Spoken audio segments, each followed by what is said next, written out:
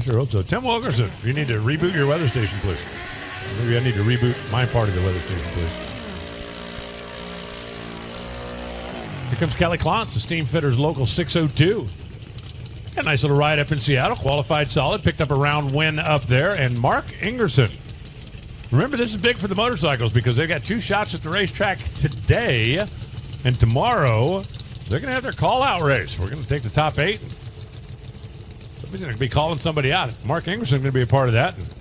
I don't believe I'd be the guy who call out Marc Ingwersen the way that bike's been running lately. Yeah, but I tell you what, I think Marc Ingwersen was probably the happiest guy to get out of the Pacific Northwest. That bike, for whatever reason, has been running real strong all year, and then they rolled into Seattle, and it seemed like every time he dropped the clutch, he had an issue of some sort or another. I would expect with a week to diagnose things and getting here to sea level conditions that he will be back on the Schneid, as they call it. I thought you wanted to get off the Schneid. I don't know. I think if you want to get on it, if last weekend was went. See, this looks better.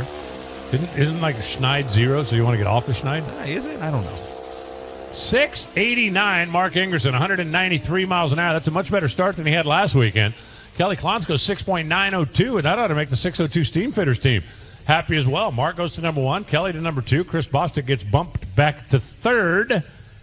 But that's still a solid run for those 3 bikes. More of that. Mark wants more of that. How about that? Yes. Okay. Yeah, 106 for Kelly at the 60-foot timer, 107 for Marc Ingwersen. With the bikes especially, you want to get them moving. You want to get them moving early.